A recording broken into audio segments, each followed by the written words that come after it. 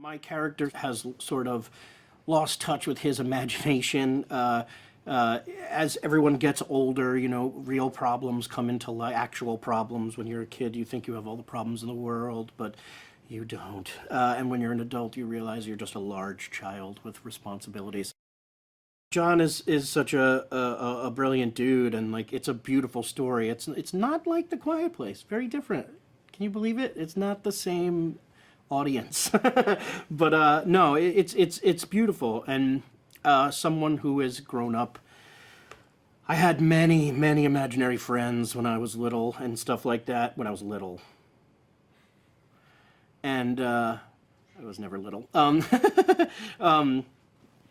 But just having that imagination, I think I was somebody who had a very big imagination, very silly kind of a kid, and that carried on to a job and a career. And John kind of is showing that in this. It's a beautiful story about not losing that part of you. I think audiences of all ages will definitely be into this movie. This is one of those movies that your kid wants to see, and you can't wait to take your kid to see it and see it again, and don't mind seeing it again and again and again. Cailey is absolutely wonderful. She's a phenomenal actress already. She was before she got here. It's amazing to watch her work, and she's a kind, nice human, which is also a beautiful thing. Ryan's the greatest.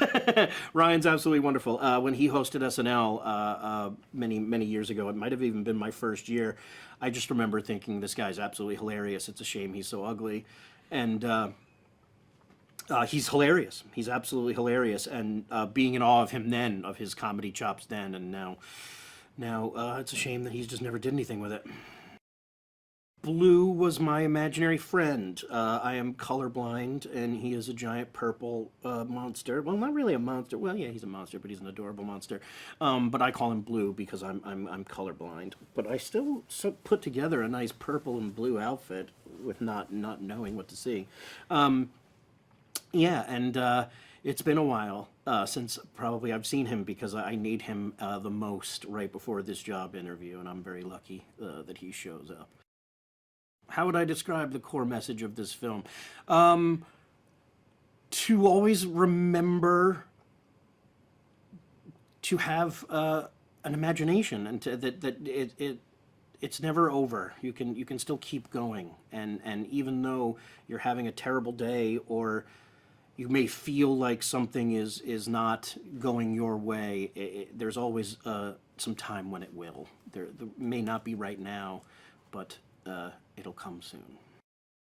When the film comes out, I hope audiences go see it with their family and talk about imaginary friends and all that stuff. I don't think I ever spoke to my parents about my imaginary friends. No, I definitely did. My mom knew it. And I had two imaginary friends. One was Ishkabibble and one was Fagabeefy. Working with John is fantastic. He knows what he's doing, and he knows everything he wants to see. So it's really easy. 99% of the work is done. He's fantastic, and he's very kind and wonderful, and he has a family, and so does Ryan. And it's weird to be at that point in my career where we're on set, not talking about where we're going to go afterwards. We're just swapping kid stories back and forth. It's nice to be in that part of my life right now. I'm enjoying it a great deal. Talking to other, just other really handsome dads. Coming soon to theaters. You ready for this?